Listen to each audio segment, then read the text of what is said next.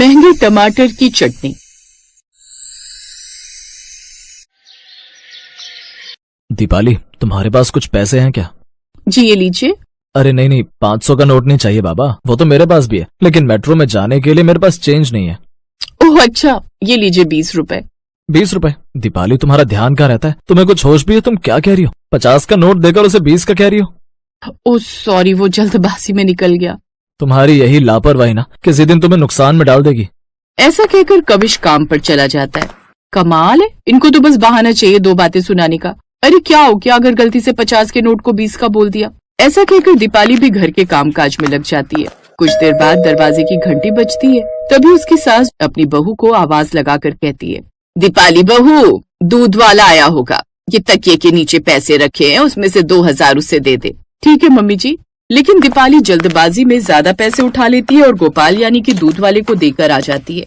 ये लो भैया, और हाँ आजकल ना दूध थोड़ा पतला आ रहा है, अगर कुछ भी घपला किया ना तो पैसे काट लूंगी। अरे मैडम जी, लेकिन वो।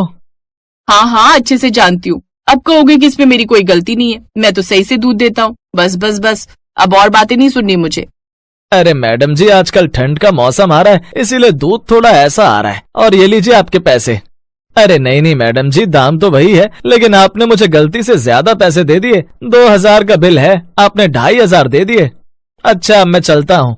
लेकिन ये देख उसकी सास शकुंतला देवी भी उससे कहती है, बहू ये क्या बात हुई, तूने उसे देखकर पैसे नहीं दिए क्या? अरे पैसों को लेकर तू ये लापरवाही करना कब बंद करेगी? ओफो, ये सारा घर तो बस मेरे पीछे ही पड़ा रहता है, जिसे देखो बस सुनाने का मौका ढूंढता रहता है। दीपाली बड़बड़ाते हुए फिर से घर के कामकाज में लग जाती है।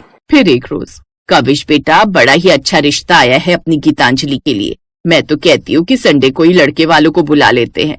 अगर अपनी गीतांजलि उन्हें पसंद आ गई ना तो गीतांजलि के हाथ पीले हो जाएंगे। वैसे भी इसकी सब सहेलियों के तो हो गए, अब इकलौती यही बची है। हाँ मम्मी, तुम ठीक कहती हो, मैं लड़के वालों से बात करता हूँ। और दीपाली, तुम गीतांजलि के साथ जाकर इसके लिए अच्छा सा सूट दिलवा देना। अरे आप चिंता मत कीजिए, मैं कल ही इसके साथ मार्केट जाकर आती हूँ। हाँ चली जाना, लेकिन गीतांजलि बेटा, पैसे तू अपने हाथ से ही देना, नहीं तो अपनी भाभी को तो तू जानती है, वो 2000 वाले सूट के 3000 देकर आ जाएगी। मम्मी जी, अब मैं इतनी भी बेवकूफ नहीं हूँ, अच्छे से गिनकर पैसे दूंगी उसे। लेकिन अगले दिन जब वो बाजार जाने लगती है तो सास पैसे गीतांजलि के हाथ में ही देती है। फिर दोनों ननद भाभी मार्केट शॉपिंग के लिए चली जाती हैं और 3 घंटे बाद शॉपिंग करके घर लौटती हैं। संडे वाले दिन लड़के वाले आते हैं और गीतांजलि को पसंद कर शादी के लिए हाँ कर देते हैं।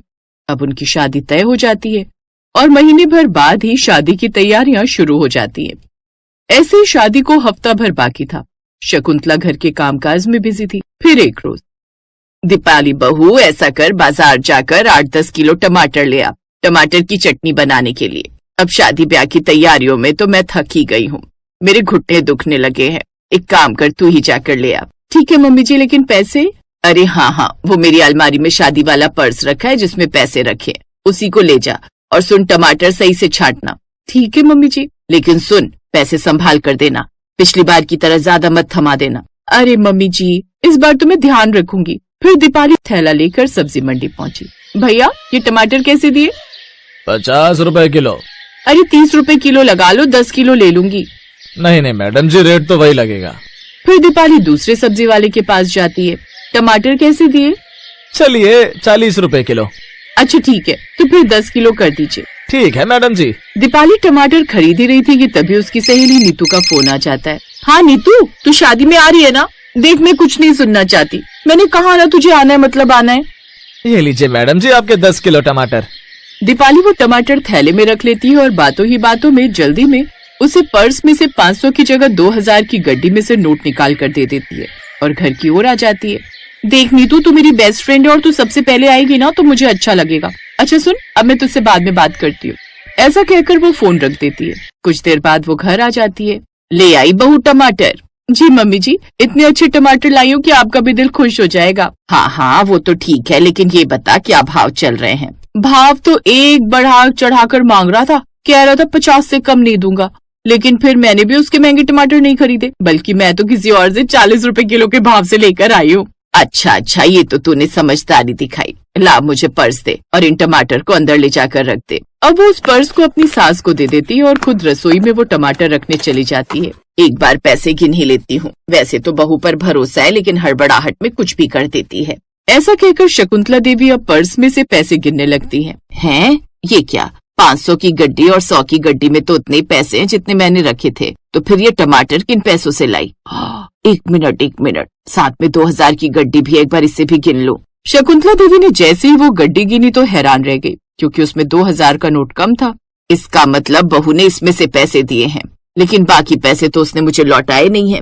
दीपाली बहू। तभी प्रिया वहां जाती है। क्या हुआ मम्मी?